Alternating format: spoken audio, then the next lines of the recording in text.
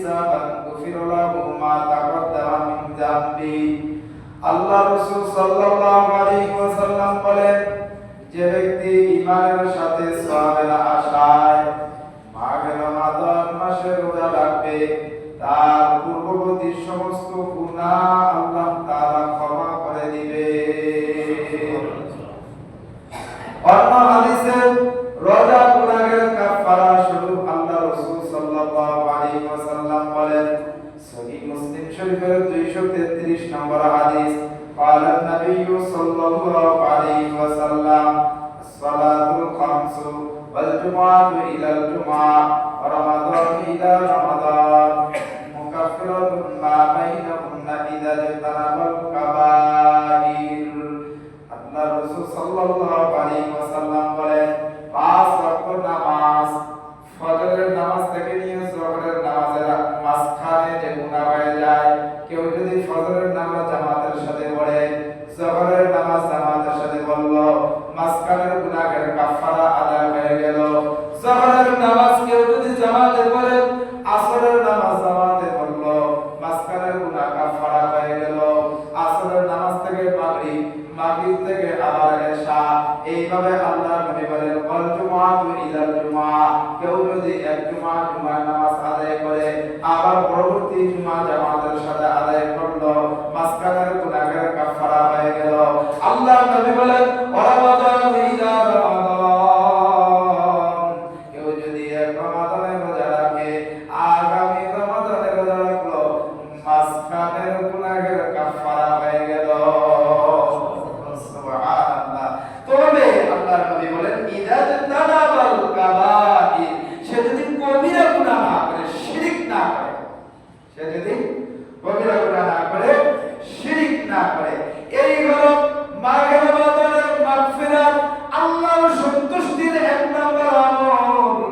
মাহে রমাদানের আল্লাহর সন্তুষ্টি এবং মাগফিরাত পাওয়ার দ্বিতীয় আমল হলো কিয়াম।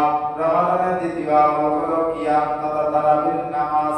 এর প্রাপ্তি হিসাবে, পুরস্কার হিসাবে আল্লাহ রাব্বুল আলামিন মাগফিরাত ও গুনাহ থেকে মুক্তির লাভ। হাদিস শরীফের মধ্যে রাসূল করিম সাল্লাল্লাহু আলাইহি ওয়াসাল্লাম বলেন, সুনানে তিরমিজি 808 নম্বর হাদিস, قال النبي صلى الله عليه وسلم من قام رمضان إيمانا واحتسابا غفر له ما تقدم من ذنبه। আল্লাহ রাসূল সাল্লাল্লাহু আলাইহি ওয়াসাল্লাম বলেন, যে ব্যক্তি মাঘে রমাদানে তারাবির নামাজ জামাতের সাথে আদায় করবে, তার পূর্ববর্তী সমস্ত গুনাহ আল্লাহ রাব্বুল আলামিন ক্ষমা করে দিবে। অপর এক হাদিসে রাসূল করিম সাল্লাল্লাহু আলাইহি ওয়াসাল্লাম বলেন, সুনানে নাসাই শরীফ 2518 নম্বর হাদিস, 2518 নম্বর হাদিস, রাসূল করিম সাল্লাল্লাহু আলাইহি ওয়াসাল্লাম বলেন, ইন্নাল্লাহা তাবারাকা ওয়া তাআলা ফারাদা সিয়াম রমাদান আলাইকুম ওয়া সানানতু লাকুম কিয়ামা ফামান সামাহু ওয়া কামাহু ঈমানান ওয়া ইহতিসাবান খারাজা মিন যুনুবিহি কায়াউমি ওয়ালাদাতুহু উম্মু। আল্লাহ তাআলা তোমাদের উপরে রমাদানের রোজা ফরজ করেছেন, আর আমি কিয়ামুল লাইল অর্থাৎ তারাবি নামাজকে আমি সুন্নাত করেছি। সুতরাং যে ব্যক্তি ঈমানের সাথে সওয়াবের আশায়, আল্লাহর আযাবের ভয়ে, আল্লাহর সন্তুষ্টির জন্য রমাদানের সিয়াম ও কিয়াম আদায় করবে, সে ওই দিনের মতো নিষ্পাপ হয়ে যাবে যেই দিন সে পৃথিবীর মধ্যে মায়ের পেট থেকে, মায়ের গর্ভ থেকে সে দুনিয়ায় ভূমিষ্ঠ হয়েছিল। সুবহানাল্লাহ।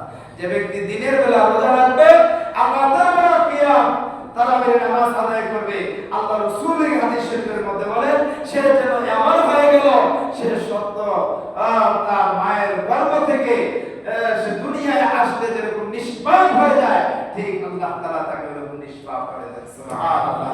তবে শর্ত হলো সে যেন শিরক না করে, কবিরা গুনাহ না করে, এটা হলো শর্ত। এগুলো দুই নম্বর আমল।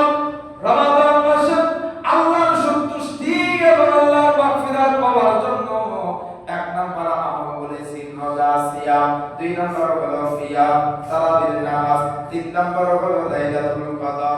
লাইলাতুল কদরের ইবাদতের পুরস্কার হিসাবে আল্লাহ রাসূল সাল্লাল্লাহু আলাইহি ওয়াসাল্লাম ঘোষণা করেন ক্ষমা এবং আল্লাহর সন্তুষ্টি।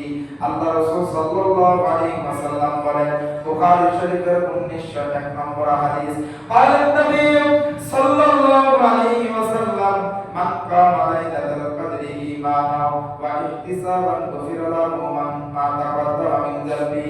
যে ব্যক্তি লাইলাতুল কদরে ঈমানের সাথে সওয়াবের আশায় আল্লাহর সন্তুষ্টির জন্য আল্লাহর আযাবের ভয়ে এক জেগে জেগে সারা রাত ইবাদত করে তার পিছনের সমস্ত গুনাহ আল্লাহ তাআলা ক্ষমা করে দেন, সমস্ত গুনাহ আল্লাহ তাআলা মাফ করে দেন। এই হলো 3 নম্বর আমল। 4 নম্বর আমল হলো ইফতার করানো। ইফতার করানো, আমরা যখন মানুষকে ইফতারের মেহমানদারি করিয়েছি, যারা এই আগামী 2-3 দিনের ভিতরে মেহমানদারি করাতে পারবে তাদের মাগফিরাত এবং আল্লাহর সন্তুষ্টি অর্জিত হবে। হাদিস শরীফের মধ্যে রাসূল করিম সাল্লাল্লাহু আলাইহি ওয়াসাল্লাম বলেন ক্বালা নবী সাল্লাল্লাহু আলাইহি ওয়াসাল্লাম মান ফাতারা ফীহি সাইমান কানা লাহু মাগফিরাতান লিযুনুবি ওয়া ইতকারু রাহমাতিন মিনান নার। যে ব্যক্তি মাকে রমাদানে কোন রোজাদারকে ইফতার করাবে তার জন্য গুনাহ মাফের কারণ হয়ে যাবে, আল্লাহর সন্তুষ্টি অর্জনের কারণ হয়ে যাবে এবং জাহান্নাম থেকে সে মুক্তির কারণ বানিয়ে নিতে পারবে। আল্লাহর মাগফিরাত, সন্তুষ্টি এবং আল্লাহর গুনাহ থেকে পাপ এবং আল্লাহর সন্তুষ্টি এবং জান্নাতের জাহান্নাম থেকে মুক্তি এবং জান্নাতের আশা